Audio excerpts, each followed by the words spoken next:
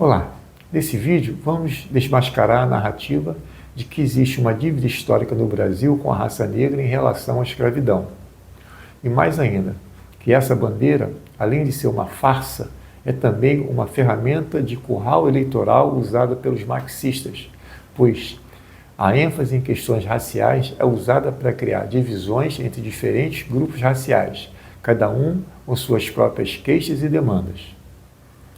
O destaque ao racismo sistêmico definitivamente perpetua um senso de vitimização entre minorias raciais, alimentando ressentimentos e divisões. Mas isso é tudo que os marxistas mais querem, não é mesmo?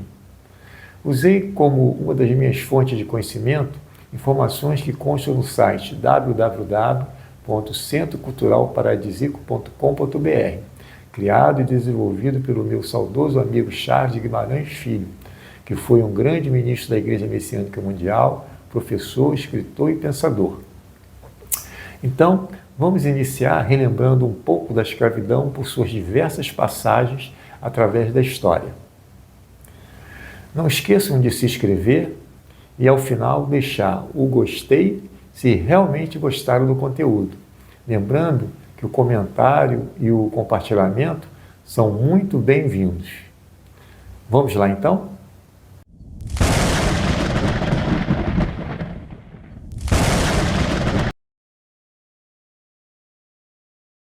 Todos os povos antigos, egípcios, babilônios, na Índia, na China, na América, na África, todos, sem exceção, tinham escravidão como forma de trabalho produtivo.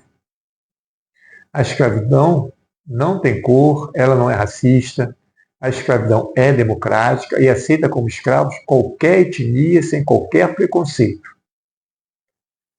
Existem relatos de escravidão no Egito dos faraós, datados de 6.000 anos atrás, onde escravos eram utilizados nas construções das pirâmides, locais onde muitos morreram e seus restos mortais foram descobertos.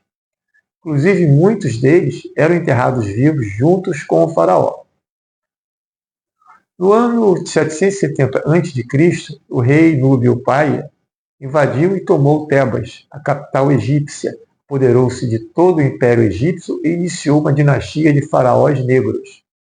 O Império Núbio jamais deixou de fazer escravos, fossem eles negros ou brancos. Os faraós brancos e negros sempre fizeram escravos os povos por eles conquistados. A escravidão era uma condição aceita pela sociedade e era ela que mantinha a produção agrícola e mineral naquela época. Na China, a escravidão existia de forma total. Os senhores chegavam a capar seus escravos homens, que eram os chamados eunucos. Os judeus hebreus foram escravos no Egito dos faraós há 3.500 anos. Conseguiram se libertar, mas há 2.500 anos voltaram a ser escravos de outra nação, a Babilônia, que conquistou o reino hebreu e mais uma vez fez os judeus escravos. Na Grécia Antiga, há 2.800 anos, em sua mais poderosa cidade-estado, Esparta, os espartanos mantiveram o povo ilotas, que eram brancos, como escravos por séculos.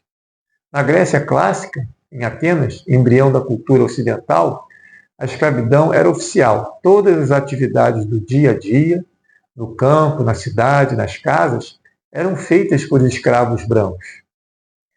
No Império Romano também a escravidão era oficial. Os romanos fizeram escravos na Inglaterra, em Portugal, na Espanha, ou seja, futuros senhores de escravos ibéricos antes já tinham sido escravos também. E na América e na África?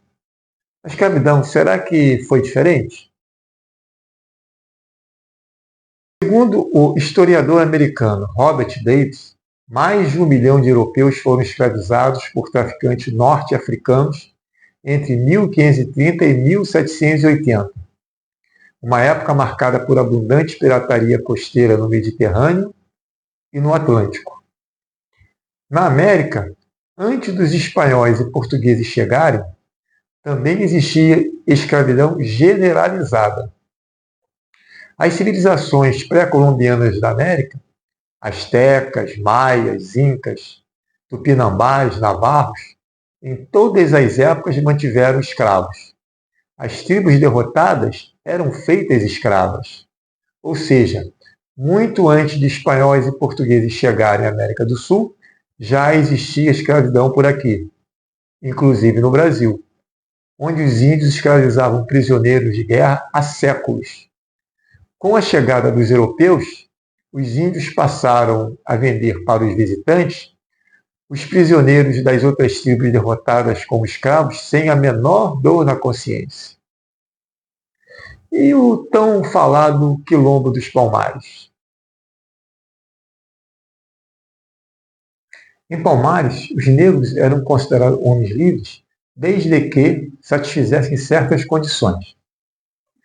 Se o escravo viesse foragido e chegasse lá com seus próprios pés, era considerado homem livre, podendo escolher o mucambo em que desejava viver. Porém, se chegasse capturado pelos homens do Quilombo, continuaria escravo da comunidade.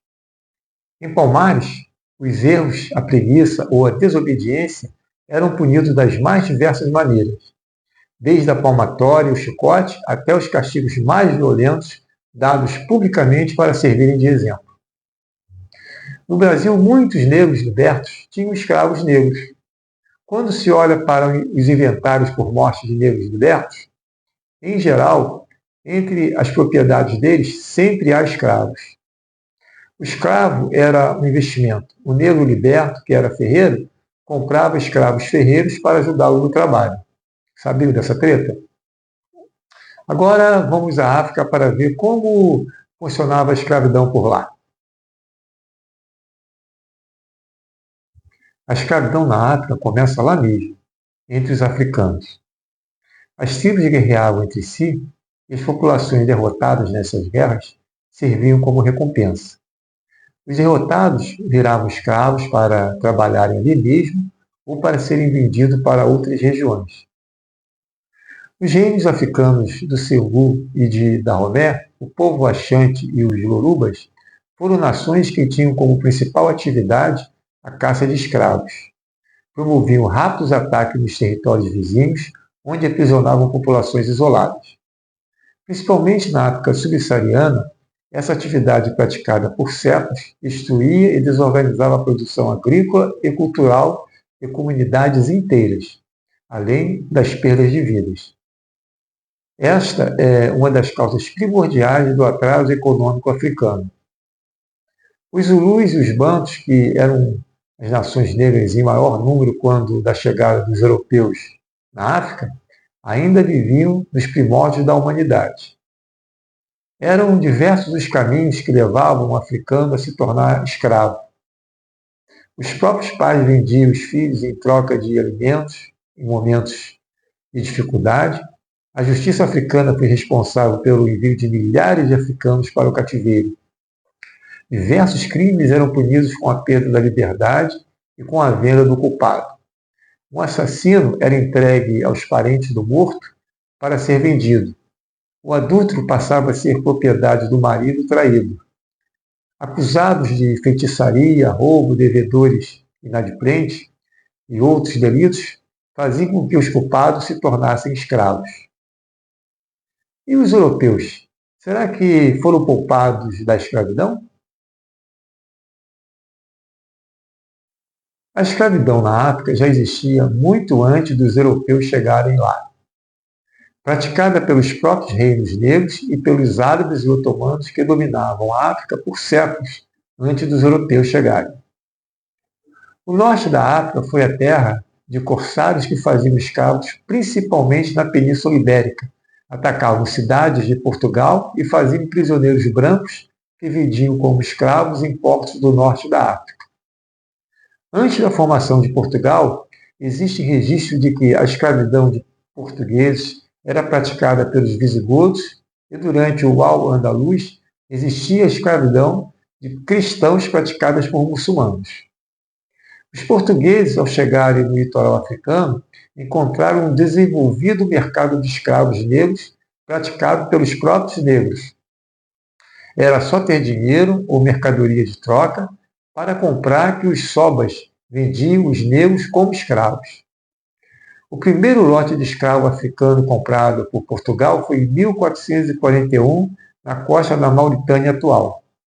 Ao chegarem na Guiné, os portugueses também encontraram ali um mercado escravo negro desenvolvido. Os europeus nunca precisaram entrar África dentro para caçar escravos. Os próprios africanos negros os vendiam nos portos da África. E essa escravidão que nunca termina? A maior parte da escravidão negra foi, como todas as outras, povos derrotados em guerras eram feitos escravos no próprio território africano, o que invalida o racismo como a causa da escravidão negra, uma vez que os negros eram caçados e vendidos como escravos pelos próprios negros africanos. A escravidão humana só começou a terminar a partir de 1800 com o surgimento do liberalismo na Inglaterra e Estados Unidos, que libertou os escravos e passou a pagar salário para os trabalhadores. A Inglaterra exerceu forte pressão sobre nações escravocratas para que parassem com a escravidão. Marxistas, em seu ódio ignorante, em sua inveja, atacam sempre as nações capitalistas, que são as únicas que conseguiram tirar a humanidade da escravidão, da miséria total, em que viveu por milênios. A desigualdade humana não vem do racismo ou do capitalismo. A desigualdade é normal entre humanos. Sempre existiu e sempre existirá. O que importa é conseguir reduzir esta desigualdade. E o único meio até hoje encontrado foi o liberalismo econômico, o capitalismo. A propósito, o último país do mundo a abolir a escravidão foi um país da África, na Mauritânia, país do noroeste da África. A escravidão só foi abolida em 1982. Afinal de contas, somos culpados e devemos o que mesmo? Quanto à culpa e à dívida que supostamente a sociedade brasileira tem para com os índios e os negros, é mais uma inverdade criada pelo marxismo cultural. As pessoas, em geral, em termos não espiritualistas, não têm culpa alguma pelos crimes cometidos por outros humanos no passado. A maioria da população do estado de São Paulo é de origem italiana, alemã, japonesa, polonesa, brancos europeus, que vieram para o Brasil para trabalhar no lugar dos escravos, por volta de 1890 a 1910. Tais imigrantes que vieram para o Brasil jamais tiveram escravos. Vieram pobres para o Brasil, muitos ficaram bem de vida, mas isso foi com trabalho árduo deles próprios e não de escravos. Na Itália não existiu escravidão negra.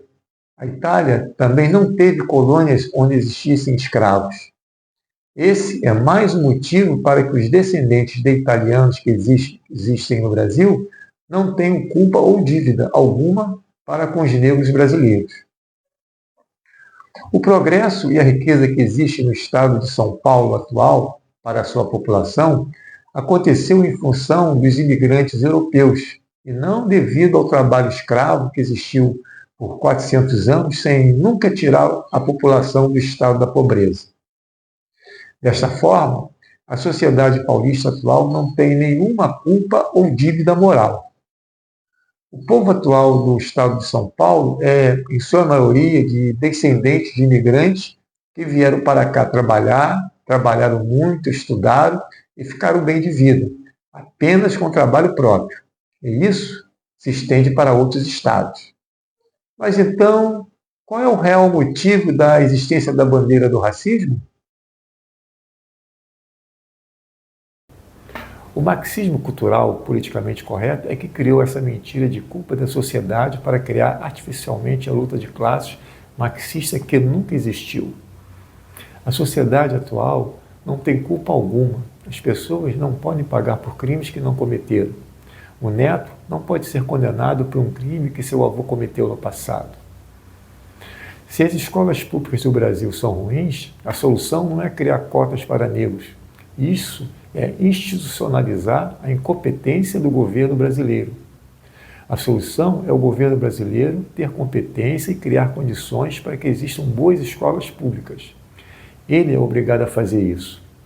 Devem existir boas escolas públicas para todos, e não cotas. Todos devem ter os mesmos direitos e os mesmos deveres, não importa a cor da pele. E isso é obrigação do governo garantir e fornecer. O governo poderia implantar medidas temporárias com o objetivo de eliminar diferenças supostamente acumuladas historicamente, com a intenção de compensar perdas provocadas decorrentes de motivos raciais, étnicos, religiosos, etc., que visassem reverter os efeitos acumulados devidos a discriminações ocorridas no passado, tais como incentivo e suporte para os grupos de pessoas com deficiências escolares, criações de cursinhos pré-vestibulares para pessoas oriundas de escolas públicas. Ao invés disso, o que ele faz? Contrariando a Constituição, faz a discriminação positiva, introduzindo na norma o tratamento desigual dos formalmente iguais. Como exemplo, temos a reserva de uma determinada quantidade de vagas nas universidades públicas para alunos de pele negra ou de rede pública. Essa atitude burra do governo, além de trazer mais despesas para ele próprio, pois esse aluno de cota provavelmente não irá se formar no tempo previsto, pois terá mais dificuldades para acompanhar as matérias, como também contribuirá para diminuir o nível da classe. Além de deixar de fora da sala de aula outro aluno que supostamente estaria em melhores condições. Criar cotas é criar um preconceito. E é isso que o marxismo quer: criar preconceito, criar de forma artificial a suja luta de classe marxista. A narrativa de que certos grupos raciais são sistematicamente oprimidos por outros cria uma dicotomia de vítima e opressores, exacerbando tensões raciais e sociais. Alguns veem propostas de políticas reparatórias, como compensações financeiras ou ações afirmativas, como uma forma de dividir as famílias, favorecendo alguns grupos em detrimento de outros. Usar o racismo como uma ferramenta política para mobilizar eleitores e obter apoio amplifica os incidentes raciais, em vez de promover soluções unificadoras. A prática de cancelar indivíduos ou entidades por comportamentos ou discursos considerados racistas pode silenciar e dividir, criando um clima de medo e autocensura. Mas na prática, que impactos são esses?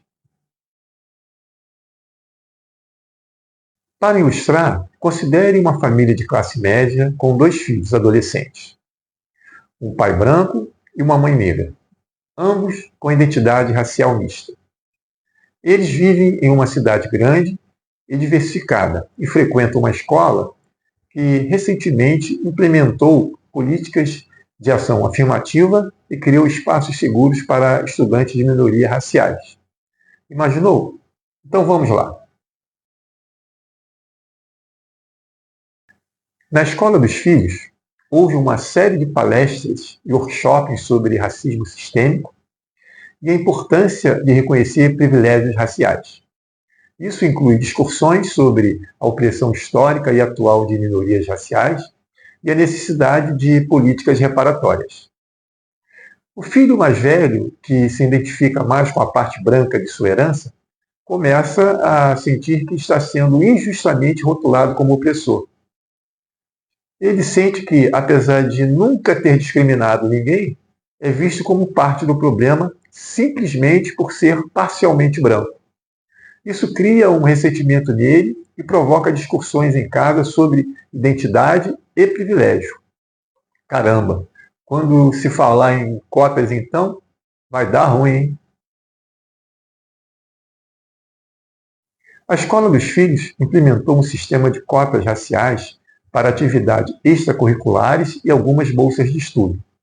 O filho mais novo, que se identifica mais com a parte negra de sua herança, recebe uma bolsa de estudos destinada a estudantes de minorias. O filho mais velho, que não se qualifica para as cotas, sente que está sendo prejudicado apesar de seus próprios méritos acadêmicos. Ele começa a ver as políticas de ação afirmativa como injustas e divisivas, aumentando a tensão entre ele e seu irmão mais novo, que vê a Bolsa como um reconhecimento necessário de desigualdades passadas e presentes. E os movimentos negros são positivos mesmo ou existem apenas para embolar o meio de campo?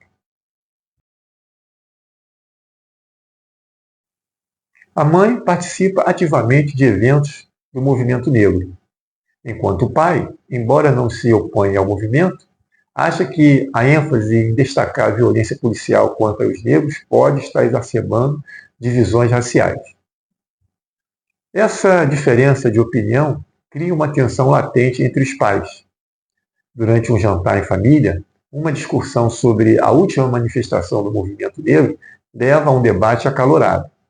A mãe acredita que o movimento é crucial para o combate à injustiça racial, enquanto o pai sente que a retórica do movimento pode estar alienando possíveis aliados e aumentando a desconfiança entre diferentes grupos raciais.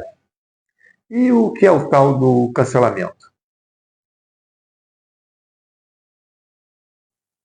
O filho mais velho expressa uma opinião nas redes sociais dizendo que acredita que o foco excessivo em questões raciais está criando mais divisões.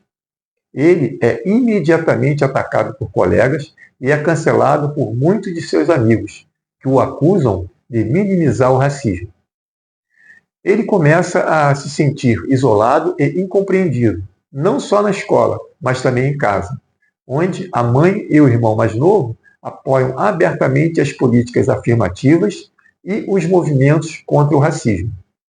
Isso cria uma atmosfera de medo de expressar opiniões divergentes, levando a um ambiente de autocensura. Vamos às conclusões? As políticas de ação afirmativa e a ênfase na luta contra o racismo podem, paradoxalmente, criar mais divisões e tensões dentro da sociedade e até mesmo dentro das famílias. A narrativa de culpa e dívida histórica não passa de uma manipulação política para criar uma falsa dicotomia entre opressores e oprimidos, prejudicando o tecido social e aumentando as divisões raciais. Pois já sabemos que o racismo que é vendido não tem nada a ver com a escravidão, que apesar de ter sido uma calamidade mundial, nossa geração nem pode ser recompensada e muito menos penalizada por algo que não vivenciamos.